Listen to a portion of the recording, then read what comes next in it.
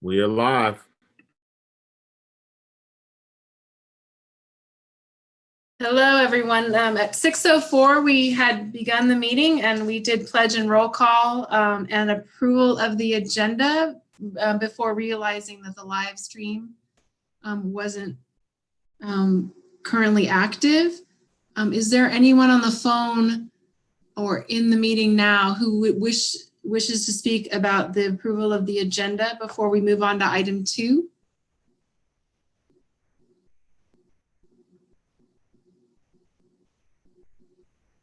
I'm not hearing anything. We're good. Okay, so we'll move on now to opportunities for members of the public to address the board concerning items on the closed session agenda. Are there any callers on the line who wish to speak to the board on closed session items? There's one call on the line and we'll try them again. So call in user 1, looks like your name. Would you like to address the board on items that are on the closed session agenda?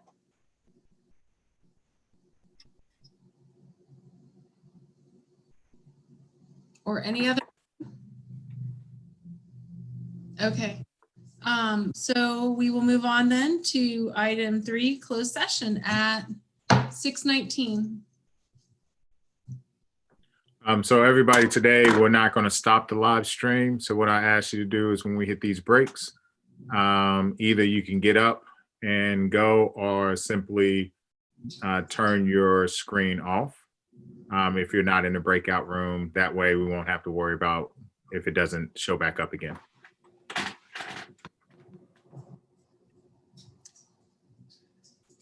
Are we moving into the breakout space? Perfect. I'm moving you into right now. Okay, thanks.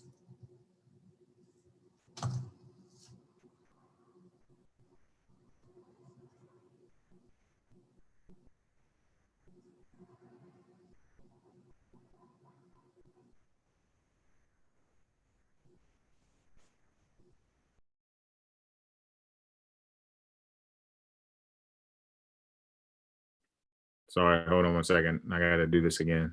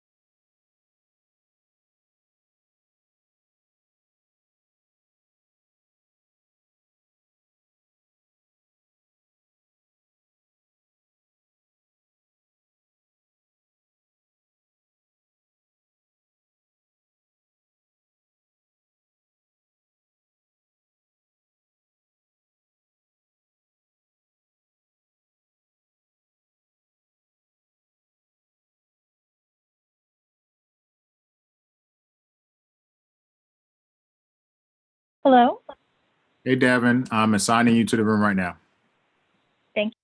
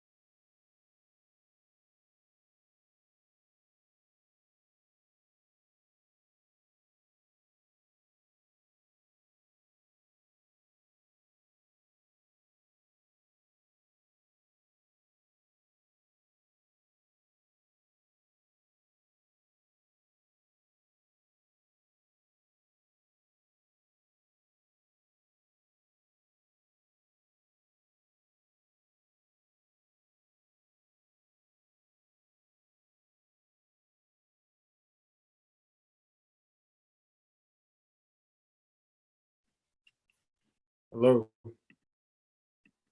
Hi, Dr. Rudolph. This is Devin.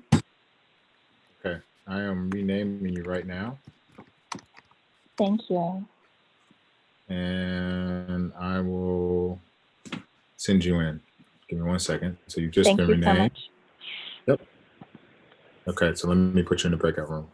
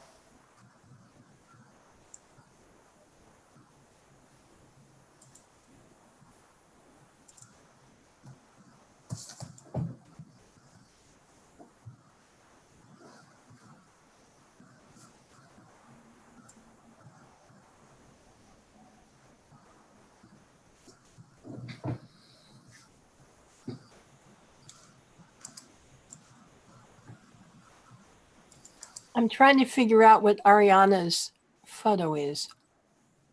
It looks like a creek. Rancho San Antonio. Rancho? Yes, Rancho. Nice.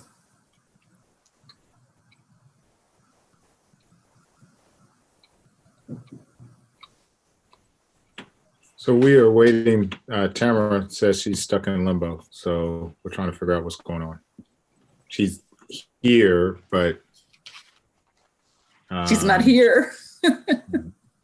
Yep.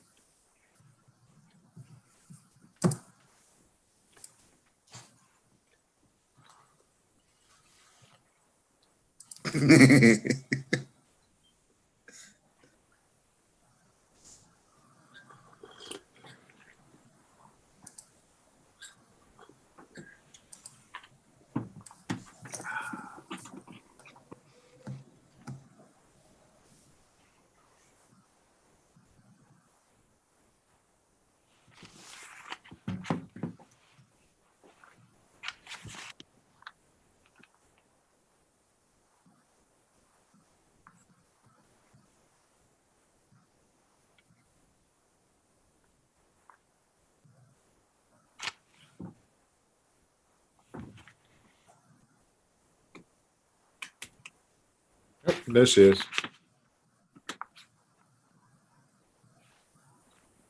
You good? Tamara, you're unmuted.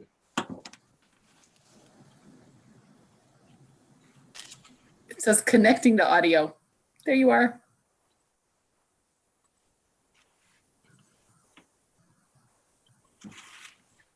And there she went.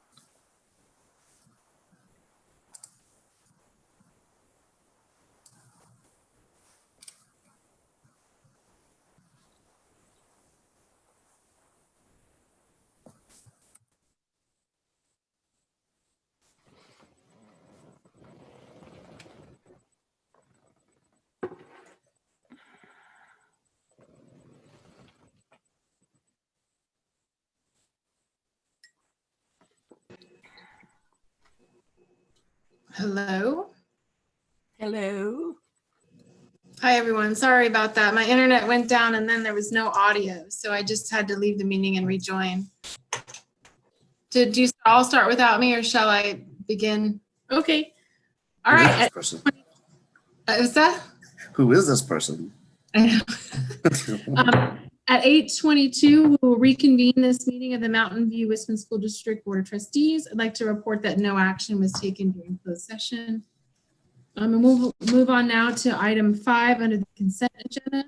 All items are considered to be routine and will be approved in one motion. If discussion is required, items may be removed for separate consideration. May I give a motion? So moved. Second. All those in favor? Aye. Any opposed? Okay, on a motion moved by trustee Gutierrez and seconded by trustee Wheeler, the consent agenda passes unanimously. We'll move on now to item 6, communications and employee organizations. Dr. Rudolph, are there any members of employee organizations on the phone? I'm seeing a shaking of the head. So we will, are there any public comments on this item? Ma'am. Okay, we'll move on then to item B, district committees. Are there any members of district committees that would like to speak to the board at this time? Trustee Gutierrez? Yeah, just a quick update that DLAC had the chance to meet online through Zoom last week. We had a nice amount of participation. So I just wanted to give an update to the community to know that we're still taking care of business that way. And there should be another meeting coming up soon. Thanks. Thank you, Trustee Gutierrez. Any other members or members of the public who'd like to comment on this? Okay, we'll have a superintendent. I see. So a couple of updates real quick. So first, we, across all of our sites, we have been removing excess portables. Landos, Huff, and Bub, we've been taking them down. I was at Hub last week, and they have cleaned them out, and they have put the doors and started separating them, and they're ready to be pulled out. I know Trustee Blakely sent pictures today, excited at Landos, which is her child's former school, is now having most of the portables removed. There will be a couple portables that are still there because of enrollment. But for the most part, we will regain a sizable amount of the field. In addition to that, every principal is setting up Zoom coffees to talk about our solar program. So we will be reaching out at every single site to talk about where the placement of those solar arrays. And one of the decisions that the board made was to also to make some of these solar arrays shade structures. And so we have maps that we will be talking about. We're going to bring it back to the board to sort of show where we're placing these and what this looks like to get final approval before we move forward. But we're really excited about that aspect of it. In terms of, just want to give you an update on the coffees that we've been doing. We've been holding these pretty much every week. Yesterday we had a cafecito, had about 30 participants on it, including parents who were sort of joined together and both were watching. The meeting before that, we had a principal's coffee at 3 elementaries, or superintendent's coffee / principal's coffee at 3 elementary schools. We reached our capacity in terms of the number of members who could log in, and we did the exact same thing the Friday with the superintendent's update. We have since upgraded our Zoom account to now include up to 1,000 participants. And we do have and I say this because tomorrow we have a superintendent's coffee where we will be talking about some of these things across the board. So it's really exciting, and it's glad to see that a lot of people are participating in these. And then the last thing I will say is that we wrapped up our filming of all of the promotion ceremonies. I think I've said this a couple of times, probably in the coffees, but I can't remember if I said this at the last board meeting. But reclassification as well as the promotion ceremonies is finished. We have the first part of the videos. We're now pulling in the final part of the videos, which is the meat of it. And then of course we have the end of the meeting of the videos, which is President Wilson giving the address on behalf of the Board of Trustees. And so we're super excited about what we're seeing. And we're working out the logistics of how we're going to present these informations. One of the concerns that we have, and I'll bring this up tomorrow at the superintendent's coffee, is that we want to make sure that because we have students' names on here, that we don't want this to be accessible to everyone on the public. And so we want to make sure that these presentations are really sort of private and password protected. And so we're debating on what that looks like across the board. And we will, as we get closer to June 5th, which is the day, we'll let everyone know what that looks like. The county did, however, and as part of their update, say that you could do a drive-by ceremony if you want.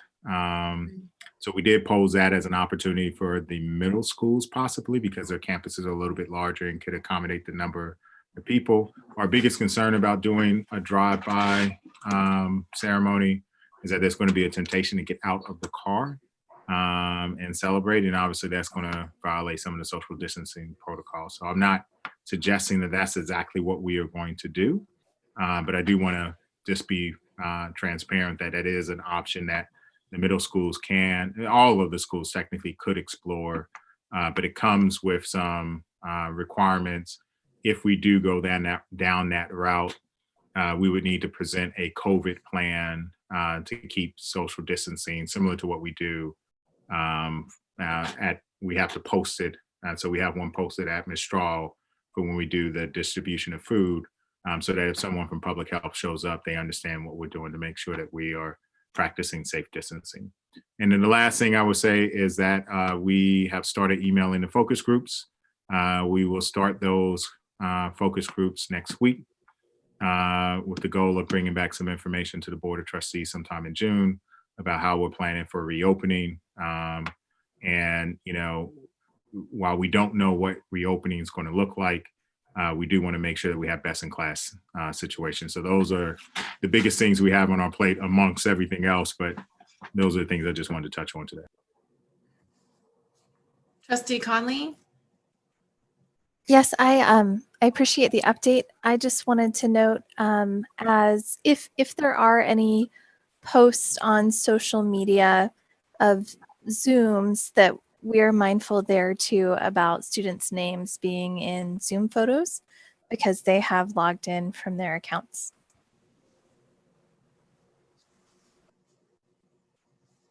Yes. So I know Ms. Hausman has been very clear with staff about the protocols that we need to follow, and then we try to monitor it every so often. And that's also why we make sure these are password protected, as well as we're not sharing the links so that we're not getting Zoom bombed. And that, you know, the names aren't getting out there for the public and that we're violating FERPA at all, which is the Federal Education Rights and Privacy Act. Trustee Wheeler? Yeah, Dr. Rudolph, in I think it was your superintendent update for the middle school parents, you referenced something called joint video graduation viewing parties. And I don't know what that means. What is a joint viewing party if everyone is social distancing? So Ms. Petraea mentioned that one of the possible ideas that she would have is for all of them to log in at the exact same time and to watch it and sort of have reactions as a group. And so, you know, I don't know what the particulars of that is, but I would imagine it'd be no different if we all, you know, logged into Zoom at the same time. Okay. And, you know, I presented and shared the screen, and then all of us could react to what was taking place during the time. And that was my interpretation of what she was saying. But, you know, we're leaving how the middle schools want to connect kids around this event to the middle schools as well as the PTA.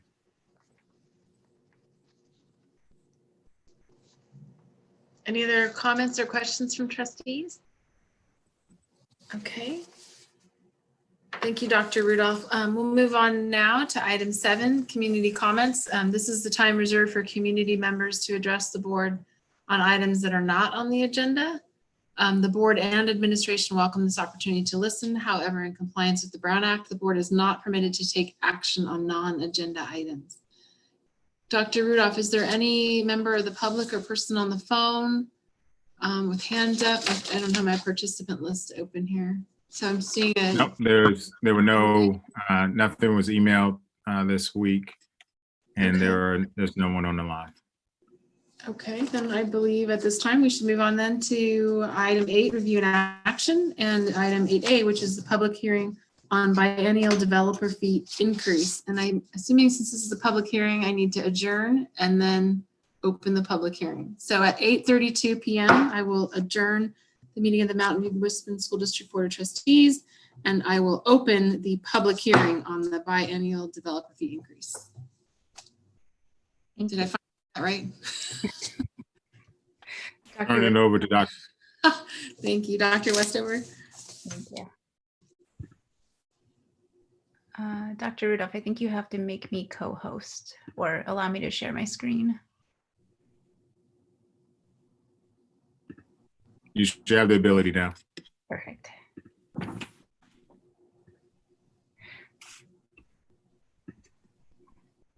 right. So tonight I'll be presenting on our updated biannual developer fee study. So our strategic plan asks us to make sure that we can ensure that our students and staff have access to various different resources such as technology, facilities, furniture, and equipment. And in order to do that, to look at various ways that we're able to support this. So developer fees are collected by a school district to address new student enrollment gained by local development. And the School Allocation Board, or the SAB, in even years in January meets to review the current rates and possibly adjust them. So currently, we share the developer fees with MVLA with a split of 66.67% to our district and 33.33% to MVLA. Currently, our portion that we collect is $2.53 per square foot for residential and 41 cents for commercial. The increase that we're proposing is going to $4.08 per square foot for residential and 66 cents per square foot for commercial. So the updated fees for MVWSD's portion is below. And what type of impact would this have? So if we went back to the 18-19 school year, and if we had these fees in place, we would have collected an additional $51,000 in funding. And this would increase our Fund 25. So I think it would be great during these next few years if we could collect more fees for developer fees to help make sure that we can serve our students. The next steps for the board. We recommend that you adopt the resolution, which would adopt the developer fee rate, the approval of the study, and the new rates for MVWSD. After 60 days, the district could then start to levy new rates, which would be on July 20th. And that's it for me. Any questions? Trustees?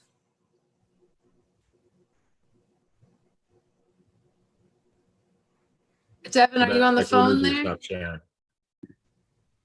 I'm Oh, here. there she is. Any questions? No. Any questions from members of the public on this item, Dr. Rudolph? I'm seeing a negative head nod here. Any comments from trustees? No. Trustee So- Con- I think one of the things that's challenging about this is, yes, we are able to increase our fees, but the fees we can assess are so minimal compared to the amount of money that we actually need to build the schools for the students generated by development. And so we really appreciate the cities working with us around TDRs and allocation of community benefits to support funding for the facilities that we need, because our hands are tied so much by state law. Thank you, Trustee Conley. Additional comments from trustees?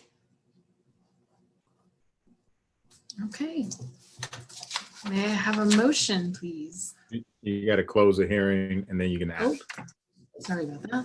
Nope. Okay, so if there are no further comments at 8:37 p.m., we will close the public hearing portion of this and we will reconvene the meeting of the Mountain View Wisconsin School District Board of Trustees. And we will be now taking action on item 8A. May I have a motion? Trustee Wheeler? Yeah, I move that the Board of Trustees approve and adopt resolution number 01-052120, increasing school facilities fees as authorized by Government Code Section 65995B3. Second. All those in favor? Aye. Aye. Any opposed? Okay, and a motion moved by Trustee Wheeler and seconded by Trustee Conley. The biennial developer fee increase passes unanimously. So we'll move on now to item 9A, local control accountability plan and the revised timeline from Ms. Bauer. Yes, good evening.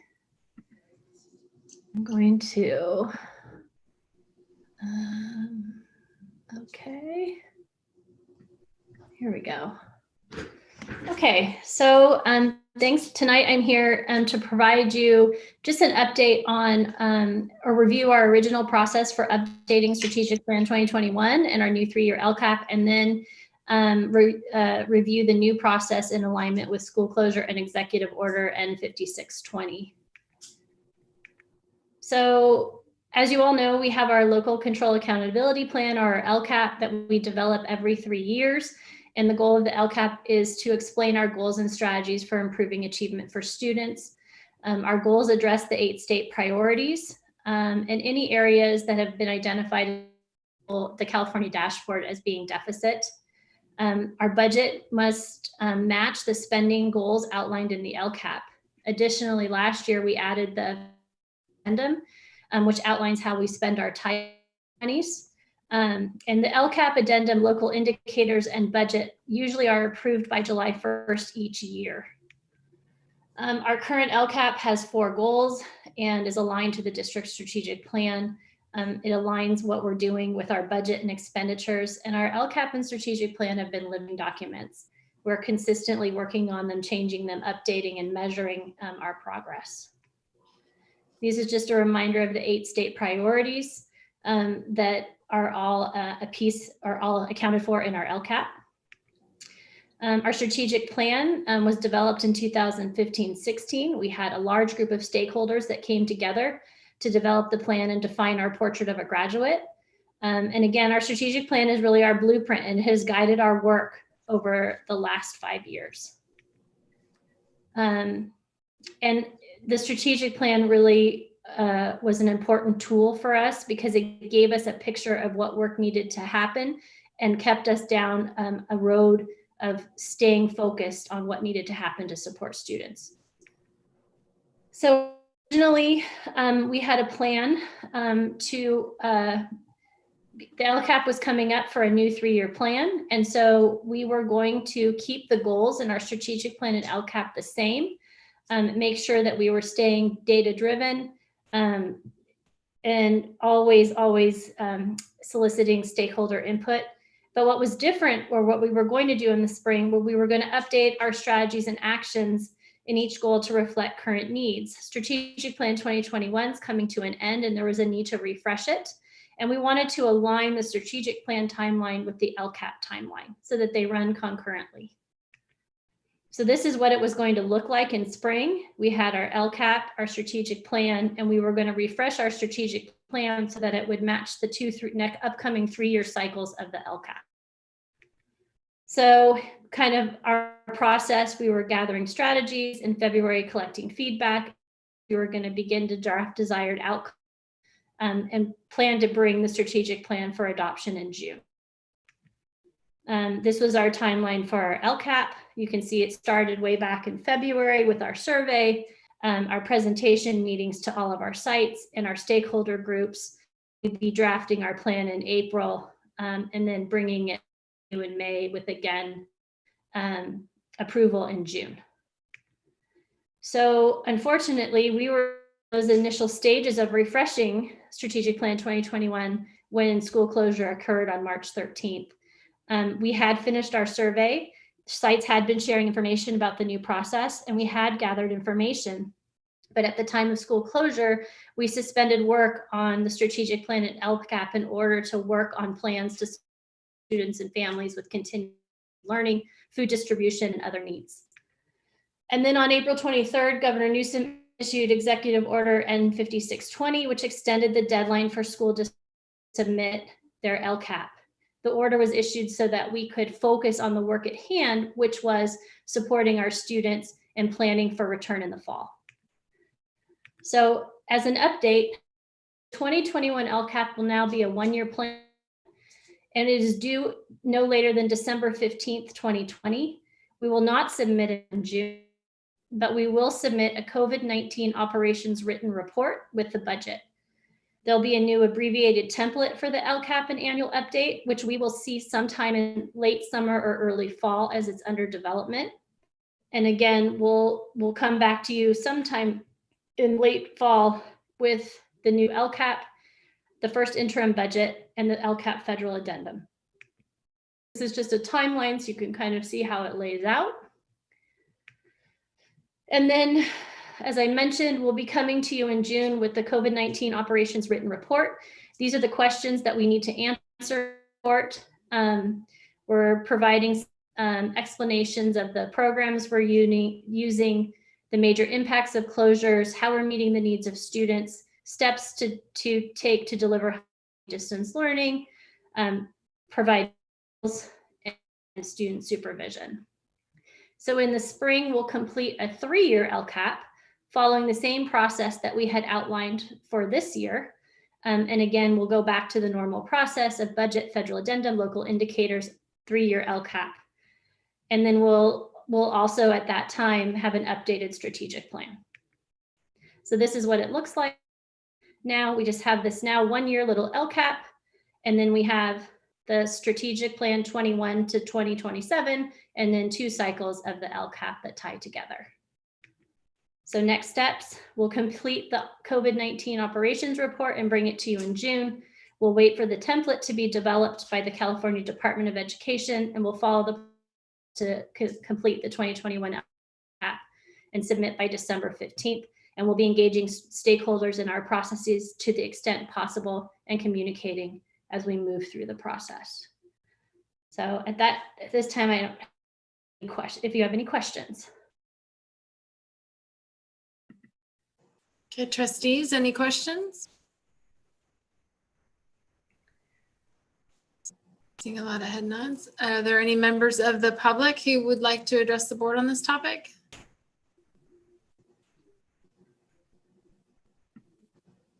You're muted. All right, no one from the public's here. Okay, still, maybe you just give me a hand signal if somebody pops in. Okay, are there any additional comments from board members on this item? I would just like to comment, thank you for taking on this brand new exercise of this COVID update. It's a huge detour and turn away from all the activities I'm sure you had planned for months in advance. So thanks for all your work on that. And it almost seems like it's just, it's nice to have the extension of the deadline, but it's almost doubling down some work in a few months in the future. So I'm sorry for that, but thank you for being so responsive. Trustee Gutierrez. Thank you, Madam President. So I just wanted to thank the community for having participated early on with SP 2021. I know it was a transitional period of time, and we were transitioning from one board to another. We had just welcomed our new superintendent, Ayanda Rudolph. I had just been appointed as well, and I'm happy to have been able to participate and to see that participation from Spanish-speaking families, from the business members of our community, nonprofits alike, and we actually had input from each and every single school site. And we figured out together what it was that we wanted to have our profile of a graduate to look like. And to have seen these more often than not steps towards positive success, and then our district also be held accountable by measurable metrics, and that we will be now a data-driven district. Those types of changes don't happen overnight, but you also have to have a vision for that to happen and community buy-in. And that's what we've seen so far. So I'm looking forward to what the next iterations will look like. And I just want to thank everyone for having participated initially with that process, and thank Dr. Rudolph for bringing that up as a possible option for us to also establish community relations to improve our interactions with our parents and our families, but also to establish that trust between the district and the parents, and especially the kids that we serve. Any other comments from trustees? Okay, thank you, Ms. Bauer. We'll move on now to item 9B, Board Trustee Goal 1, the 2019-2020 results. Dr. Rudolph? Oh, actually, it's me again. Sorry, Ms. Bauer, I apologize. Thank you.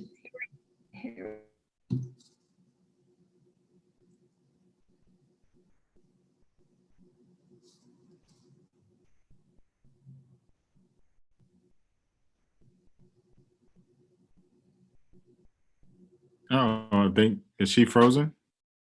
She might be. I think so. All right, give me a second. I'll pull the presentation up and I can, let's see if she comes back, but if not, I'll take care.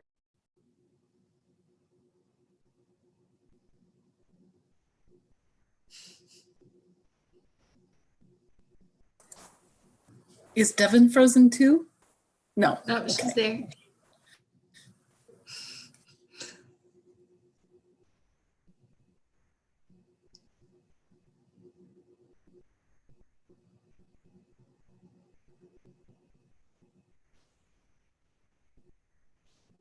The real issue is which neighborhood is watching Netflix all at once, unfortunately. We had a 3-hour outage was it last week? And I heard people were using their phones in their cars as hotspots. Like literally nobody knew what to do because we were really so tied into it now just to accomplish at least computer-based, employees, of course, but it was just kind of interesting. You noticed it in the middle of the day, like from 2 to 5 more than you normally would. All right. All right, there we go. Okay. All right. So I think she's frozen, so I'm going to take over this presentation. So our strategic plan calls for us to close the achievement gap. Specifically, strategy 2.1 requires for us to institute a consistent and equitable instructional program across the district to include evidence-based practices. And really the desired outcome is to increase the proficiency of all English language learners. With that said, the board also has elected over the last 2 years to create a board goal focused on closing the achievement gap. And so the focus of this goal in year 2 led us to uncover issues that needed to be addressed. And so earlier this year, we actually revised the board goal so that it allowed us to monitor it in a completely different way. So we really modified this goal to focus on reclassification rather than just proficiency on the LPAC assessment. Because what we were noticing is that kids were passing the LPAC, but that doesn't necessarily mean that they were being reclassified. And so we wanted to make sure that every single student who earned a 4 on the LPAC actually reclassified within a specific amount of time. In addition to that, the board also agreed with our recommendation to set targets for 5th and 8th grade. So at the end of fifth grade, 75% of our learners would 75% of learners would be proficient, and then at the end of 8th grade, 85%. And part of that is because the requirements to get reclassified increase and get more difficult every single year that a kid is actually in school. Okay, oops, sorry. And so we wanted, as a part of, as an adjustment to our approach, we also created multiple opportunities to reclassify. If you go back to when this first started, students only had one opportunity after they passed the LPAC to be reclassified. And this year, what we did is we created multiple opportunities for a student to reclassify. So any of these assessments combined with the LPAC assessment allows a student to be reclassified. So whereas before, the only way that they could reclassify was through the spring CAS ELA results. And so currently, just so you can see how the reclassification timeline goes. And this is not the ceremony that we have. I don't want people to confuse the two. This is simply when we designate a kid as being reclassified and allows us to move forward. But the first round occurred in September, November, using these particular assessments. The second round came in December, January, and the last round came in February, right before the closure, which was the second diagnostic, the LPAC, as well as the trimester. I do want to point out that we did not complete the LPAC for all of our students, and the state, because the state also suspended, so that also is going to impact our reclassification numbers, which I'll talk about in a little bit. So the first thing as part of our adjustment for this goal is that the board was clear with the original goal that we wanted to establish cohorts. But the way that we did this is we created cohorts based off of the year that they entered. And this actually helped to reduce the number of cohorts that we had, because what we started noticing is that a kid enters in kinder and then another kid enters in first. And so what we started having is cohort 1, 1A, 1B, 1C, 1D. And so we needed to make it a little bit more consistent. So we now use kinders when they enter our school district. because the assumption is that if they start with us in kindergarten, they should be reclassified by the time they get out the door. And so right now, using this current model, we have 3 cohorts, 2028, 2027, and 2026. And just for people's knowledge, the 2028, 2027, 2026 is when they would exit our school district. And so this is just this is a overview of what the groups look like. And so that shows you which cohort they are. Now, because we're using this model, we also can track all of the other cohorts, including our grade levels that haven't been with us for quite some time, but 2025 all the way through this year's cohort, which is 2020. But the yellow actually highlights the ones who are who the district is being held accountable by Board Goal 1, because when Board Goal 1 started 3 years ago, the cohort would have been this for the group that is now in the 2nd grade. So let's talk about how much of progress we're having towards these goals.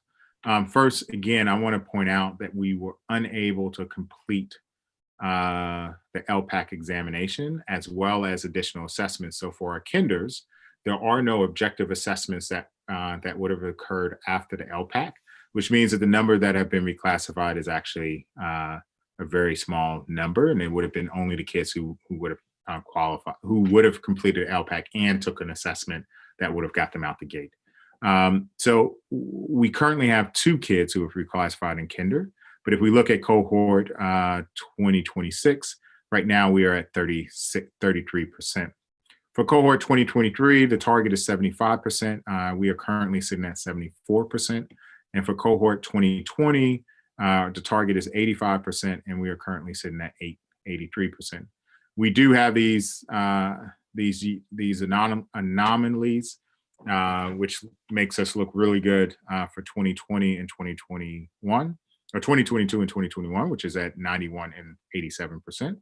But again, obviously there's a heavy lift between 2026 and 2023, or between when 2026 is in 2nd grade and when they get to 5th grade to get us up to 75%. But we also want to look at part of our commitment in terms of transparency is also to talk about how schools are performing. And so this year, what you can see for BUB is that we currently have 9% in the in cohort 20, in the youngest cohort, 2028. And then you can see where we're at right now. BUB is at 2023.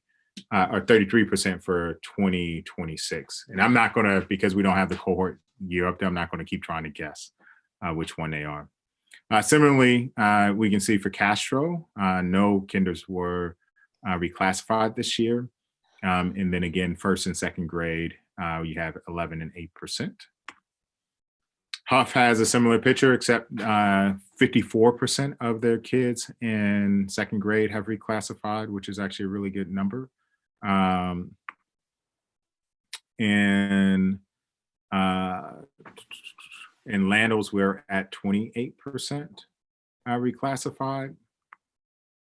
Ms. Straw, one of the big concerns we have, especially at the younger grades, is the small number of students that are reclassified. Part of this also is one of the reasons why we moved to the 50-50 model, is that previously students were not taught English until they got to, or didn't have a substantial amount of English instruction until they entered 3rd and 4th grade, particularly 4th and 5th. And so what you can see is that it's a pretty heavy lift to get as many kids reclassified in the 5th grade, when there's clearly it is a lot easier based off of the requirements to get students reclassified early on. Similar at Montaloma, you can see what the numbers look like. Still some heavy lifting. Montaloma did not meet its requirement for 75% in the 5th grade. Stevenson is well beyond the 75% in 5th grade. However, we do have some work to do in kinder. But again, I want to just continue to acknowledge that because of COVID-19, we were unable to complete all of the assessments. Therakoff is at 74%. Obviously, they're making grounds. There is some work that needs to be done with this third grade cohort.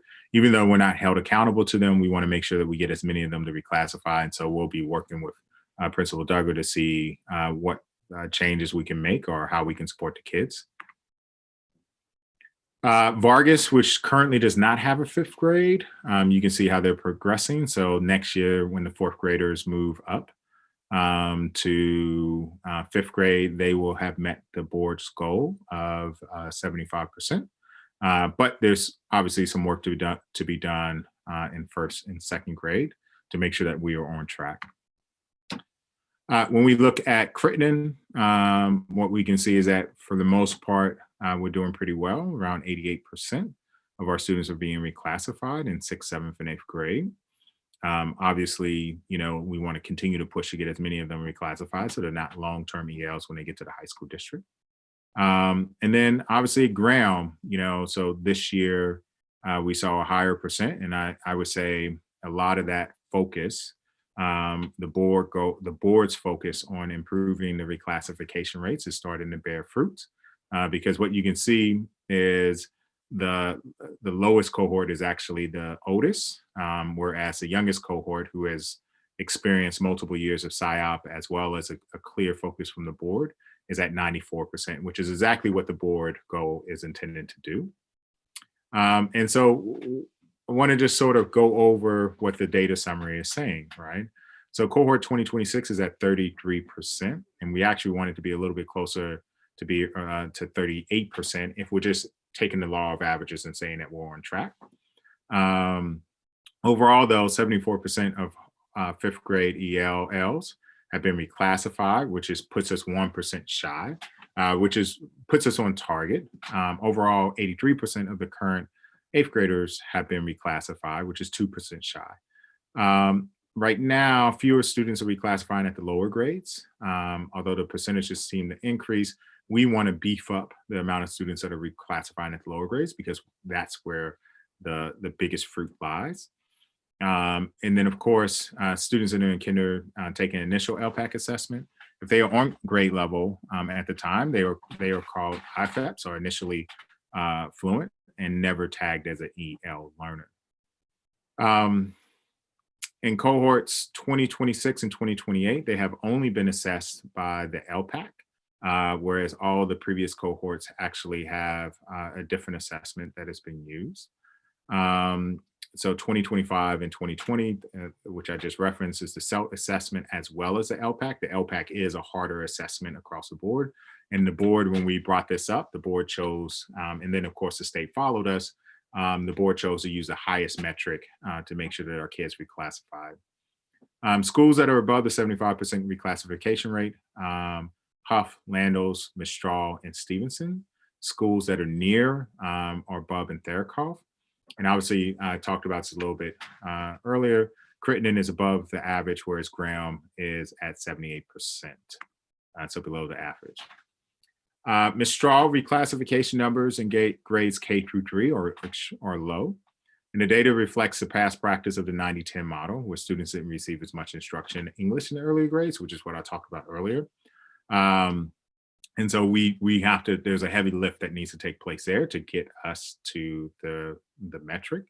Castro's reclassification data also reflects the need for some programmatic changes, which was a clear direction from the board just a couple board meetings ago about making some changes and using all of our Title I funds at Castro in order to see some more improvements. And it is worth noting that Castro, as well as Montaloma, unfortunately have the lowest reclassification rates in fifth grade at 60 and 59%, which is going to require us to do some more digging across the board. So what is the impacts from the closure? So I've touched on this a little bit before, but the SPAC as well as the LPAC were suspended, which means that we could not continue to test all of our kids. So some students completed the LPAC, others did not. And so obviously that's going to have some type of impact on the number of students that reclassify.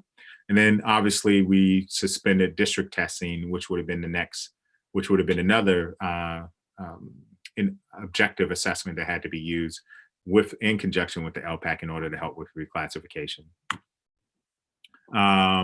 So if you look at the LPAC completion, what you can see is that Stevenson had 100% of their students, but if you look at a school like Castro, only 45% of the students were actually tested before or complete of the tests were completed, was 55%. And then you add in the fact that we did not have the additional assessment for those 45%, and that helps to contribute to the low number.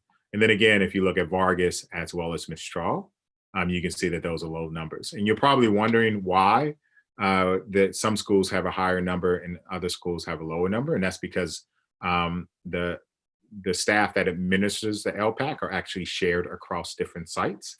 And so we have a testing window that we're allowed to use.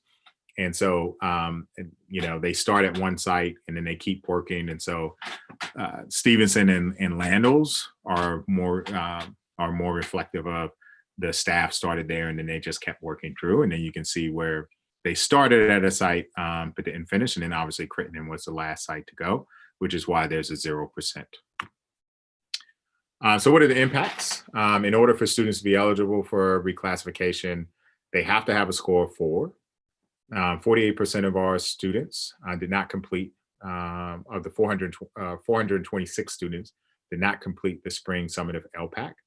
And right now, although the state has provided tentative guidance, we are still waiting for more direction on what we're going to do with the LPAC. And just to be clear, to understand how reclassification works in the pre-COVID-19 world, you first have an LPAC with a score of 4. So that's the first criteria. The second criteria that has to be met is teacher evaluation, including but not limited to a review of curriculum mastery. Third criteria is parental opinion or consultation. Fourth is a demonstration of basic skills and an objective assessment. And these are the objective assessments that we use. And this actually was a decision from 2016, I believe, or 2017, where the board, the first board that I worked with, made the decision to change the requirements for to change the reclassification requirements. And so the first 2 criteria that have to be met really is criteria 1 and criteria 4 before we go to teacher evaluation as well as parental opinion and consultation. And so what does it look like right now? So the revised reclassification criteria, you still need a reclassification of 4. So that is still there. And so students who complete the fall 2020 summative assessment based on a grade level in spring 2019. So what the state is saying is that next year we can assess students on their, in the fall, we can assess the students, and if they score a 4, and this is dependent on executive order, then we can utilize that as an actual amount. And then obviously there's no change in teacher evaluation, no change in the parental opinion, but obviously criteria 4, demonstration on a local assessment. We don't have iReady or Literally, which are 2 of the objective assessments. And then obviously we could go back and look at a previous SBAC assessment if need be. So what are our next steps? So first one is we need to mail in our completed LPAC assessments for scoring. And then we need to determine the local assessment scores for use for reclassification, depending on what the state's approach is to reopening in the fall. And then we need to make a plan to complete the summative assessments in the fall 2020 and add in an executive order and the state of reopening. We are working on a virtual assessment plan in the event that we open up in a virtual world. We want to obviously reclassify eligible students in 2020 and 2020 and 21 school year. And then obviously we're going to keep communicating with stakeholders. This topic actually came up in the cafecito last night that I held. And so I informed them as soon as we get more guidelines from the state, we will definitely be meeting with parents to discuss what the next steps are. And that concludes the presentation. All right, I'm going to step in for Trustee Wilson, who had to step away for a moment. Trustees, are there any questions regarding the presentation? Yes, Trustee Blakely. I have a question. I'm just wondering what happens to the 8th graders who leave our district, that weren't able to complete the assessments this year. They just move on to the high schools as language learners and then go through whatever the process is at the high schools, or how does that work? Do you want me to jump in, or are you good? Nope, you can take back your presentation. Okay. So I just want to be clear. So we did complete a full round of reclassification based on last year's scores. The problem we're going to run into is next year's reclassification because of the suspension of the assessments. So eligible 8th graders that did qualify were reclassified. So those that took the test and completed it, if there were some, they will get a score and they will be able to go through the reclassification process at the high school. Those that didn't test, we have to wait for pending orders from the governor. Unfortunately, what we did hear this week was that we needed to temper our expectations for our fall summative test because of budget issues. So they're now talking about possibly stamping the reclassification criteria for next year. Are there any other questions? I have a question. So with the early grade levels, the LPAC test is administered one-on-one.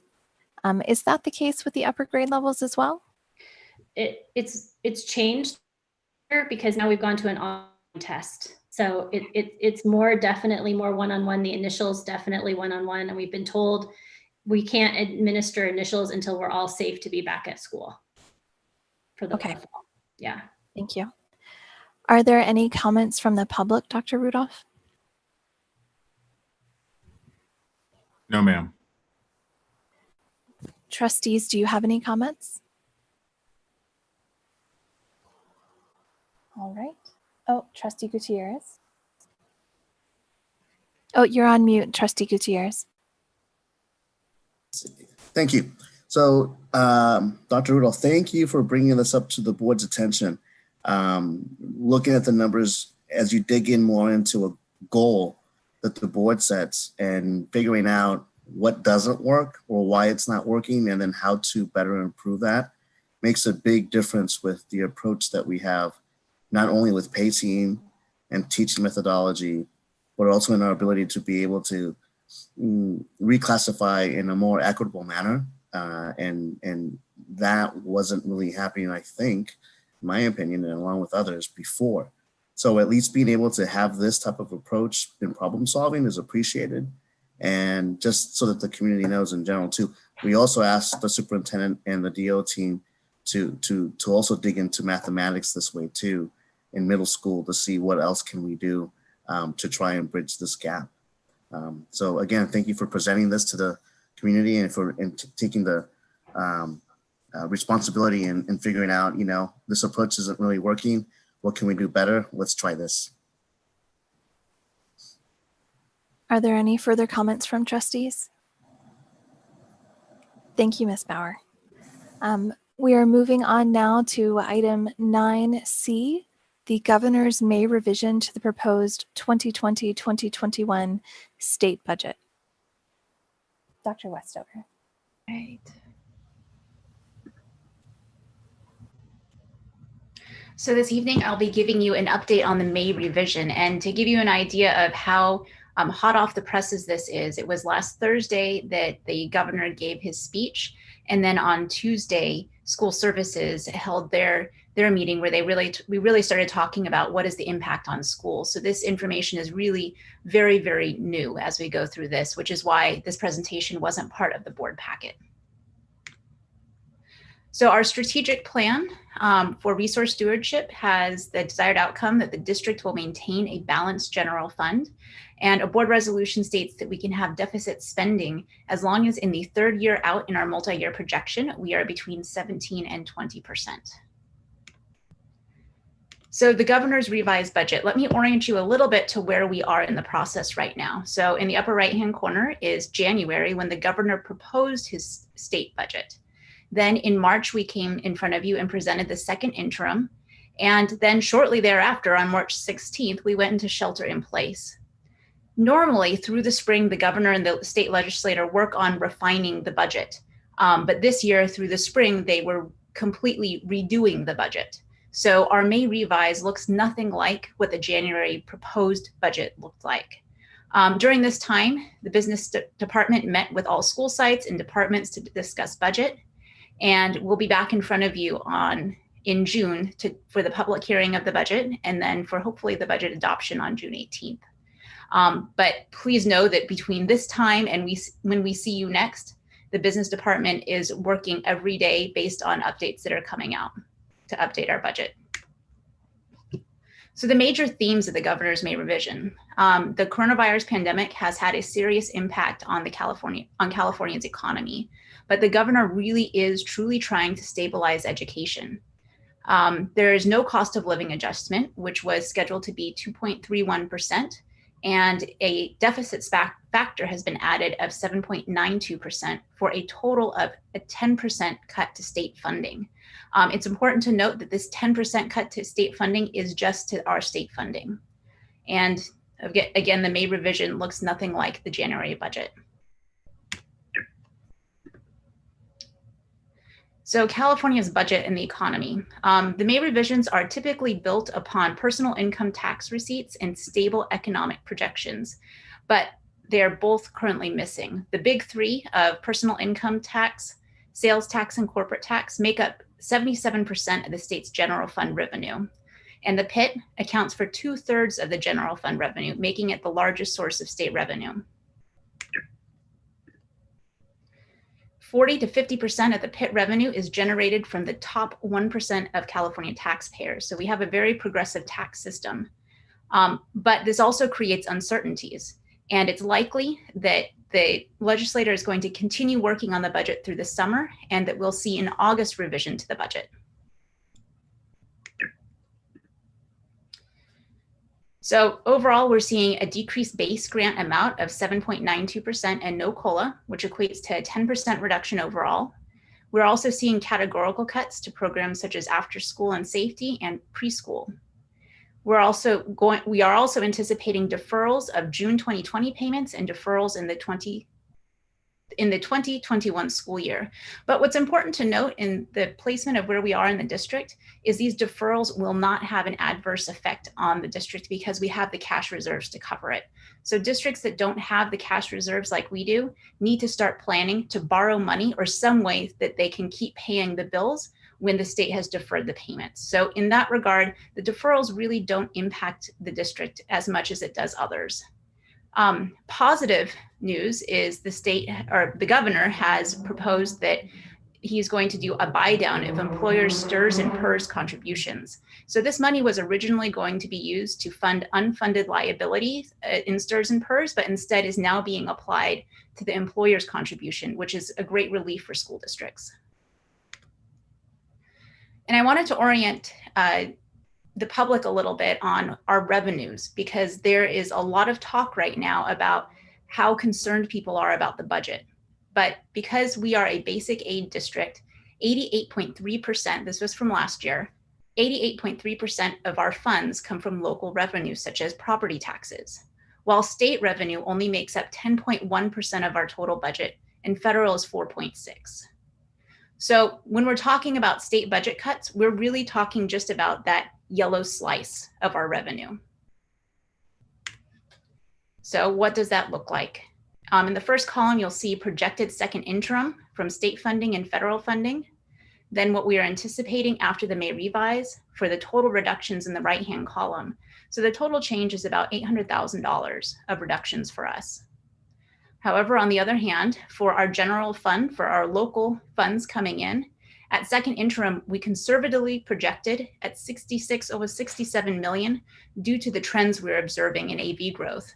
But now we're anticipating for the 2021 school year to be at 74 million.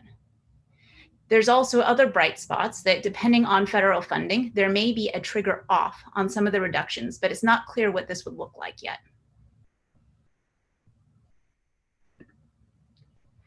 Some other positive news is the revenue coming into the district. We paid off the COP, which brings in an additional 2.6 million per year to our general fund.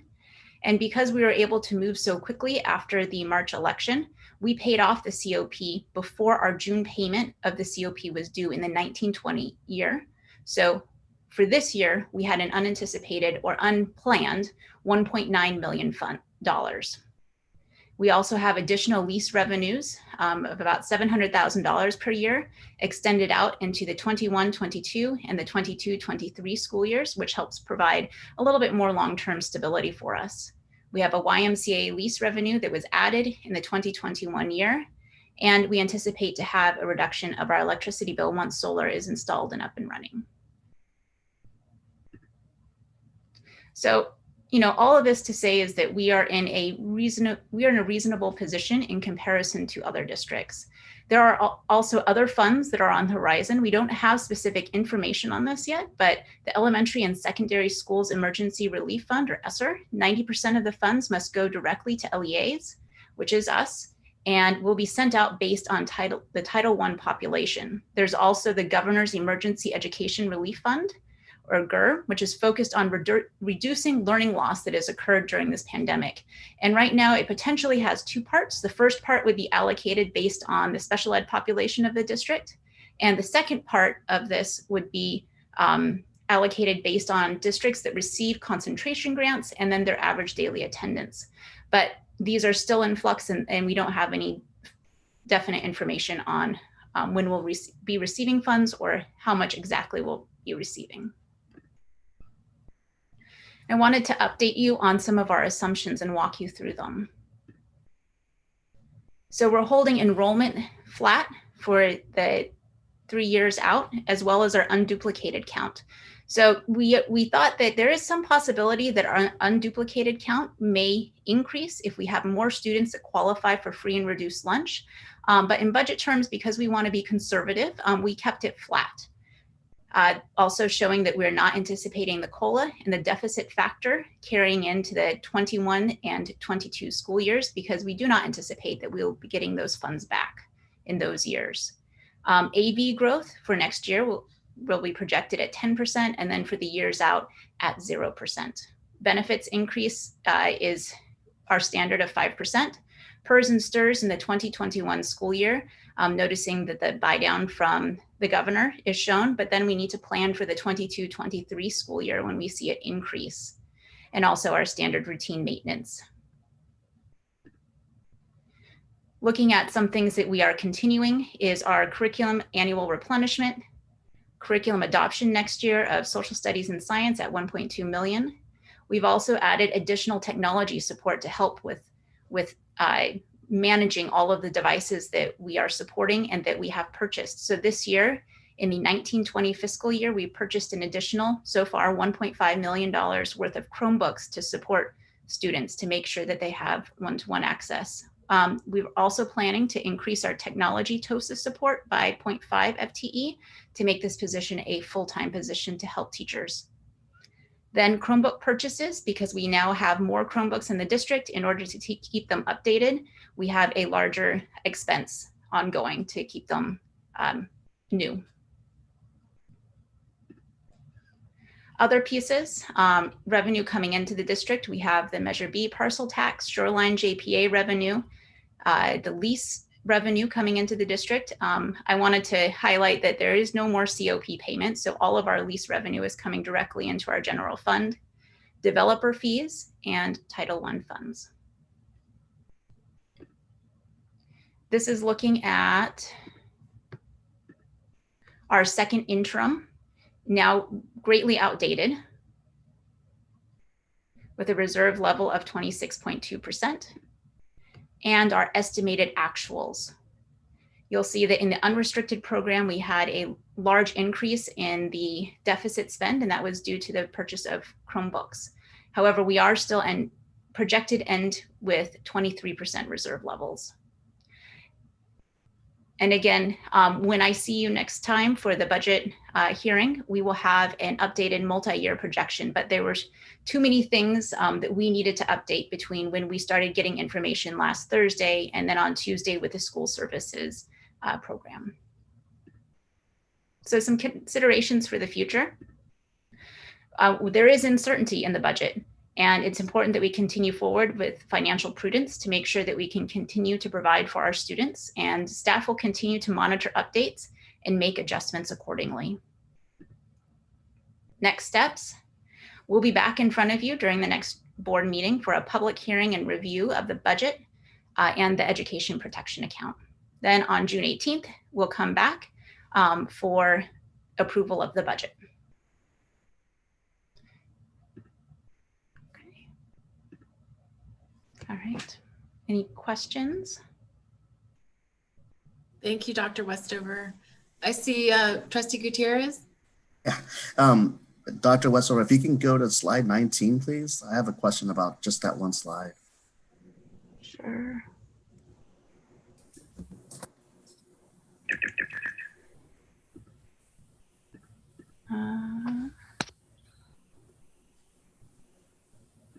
Yes. Okay, the one before that. No problem. This one? Yes, developer fees. So we just passed the new amount, right, for a percentage with Yes. increase. Was that also factored into the upcoming projections, or is that still pending? That's a great question. It was. We assumed that you would pass it. Okay. That's why you see an increase from year to year. Right. We would have just held it flat if you had not approved the developer fees. Okay. All right. Thank you. Sure. That was my question, Trustee Gutierrez. Trustee Wheeler, I see your hand up. Yeah. Trustee Blakely. Okay, so I've got two questions. One is I've heard one small bright spot of this new budget is that special education is not being cut. So how is that impacting our school district? It's a good question. So the bright spot is, yes, the governor has put emphasis on trying to help special education. Originally, he wanted to allocate more funds towards special education, but that wasn't possible this year. But instead of cutting, it has just been hold steady, no COLA for special education. But some of this is evolving because all of the special education funds come through our SELPA. So we will get the updated numbers from our SELPA shortly. But I anticipate that it's going to be stable. Good. And then my second question, and then some bad news was the cut in preschool and childcare. Mm-hmm. So how are those cuts in state preschool going to impact our district? You know, there are a lot of unknowns right now. And some of it is because we don't know a couple different pieces. It's still trickling down to us because the preschools are all regionally.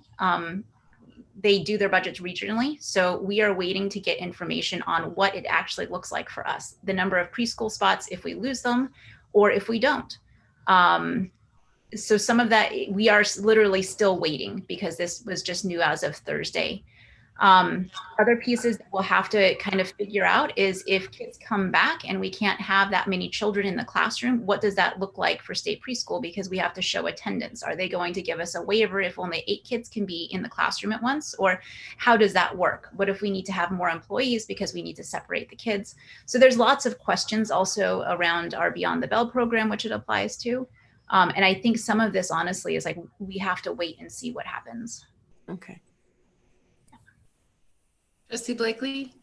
I had two questions too. The first was around concentration grants. What are those and do we have any schools that receive those?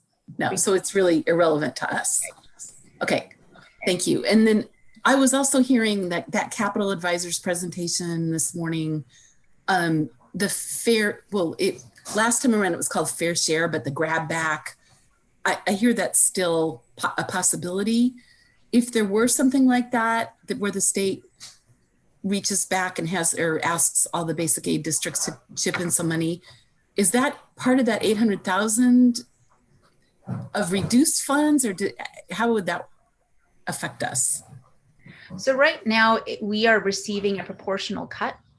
So we are still receiving a 10% cut overall to all of our state funding. Mm-hmm. Oh, so that's what it is. Okay. Thank you. Trustee Conley?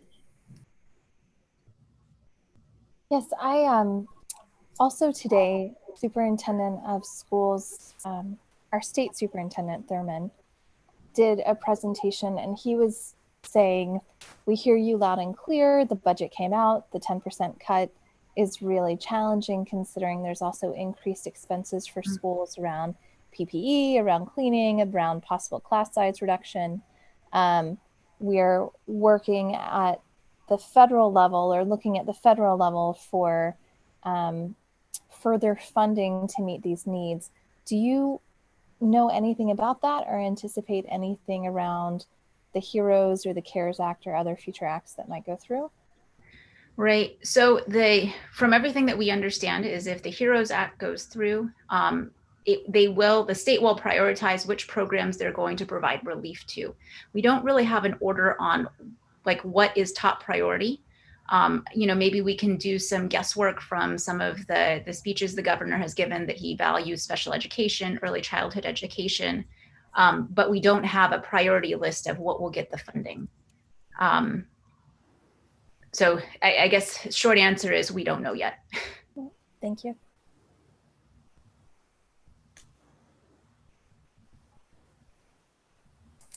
Thanks for pulling this together in 48 hours.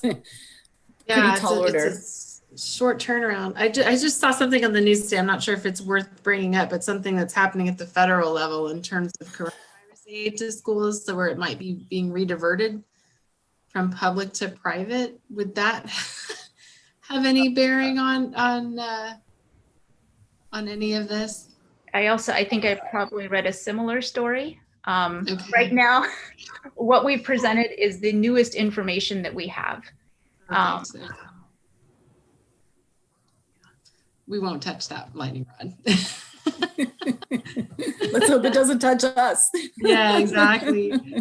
No, thank you so much for the presentation. And it's such a challenge because it's such an evolving situation. That's a lot of around all of our future planning at this point is. So we appreciate the time you put into this, and I'm glad that we keep bringing this back up in the last few meetings and in succession, because I know it's in the forefront of the community's mind, and we're seeing our surrounding communities, with different outlooks. And so it's just, I think, really good that we keep bringing this up, we keep revising and letting the community know where we stand.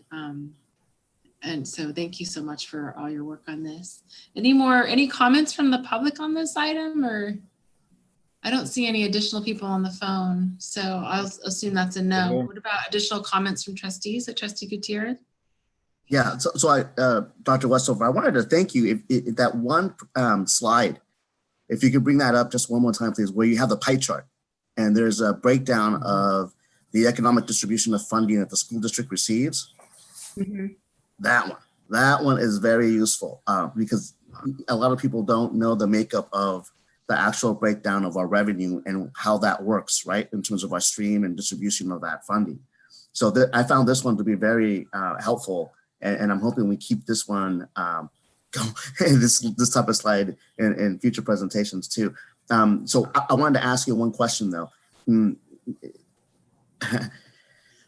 For us to change from where we're at, where we're locally funded by the property taxes to something else, what would that require? How would that look like? I don't think that is well, anything's possible. I don't think it's likely at all. We are very deep into being a basic aid district. I can pull the number, I can't remember it offhand, but it's several $1 million into basic aid. So we will not flip back into LCFF, into being an LCFF district. Okay, and so then, having said that, that gives us some stability in terms of at least being able to project for the upcoming years funding model and then spend. So if there is any extra money that we get, just in general, that's only going to be a plus for us with our managing of the budget, I would think. I just wanted to get clarification on that because I know I've been asked that question by several members of the community, and I've explained to them the same thing as you, but I figured to just also bring that up now so that we can also have that be part of the record and people understand what that looks like. So thank you.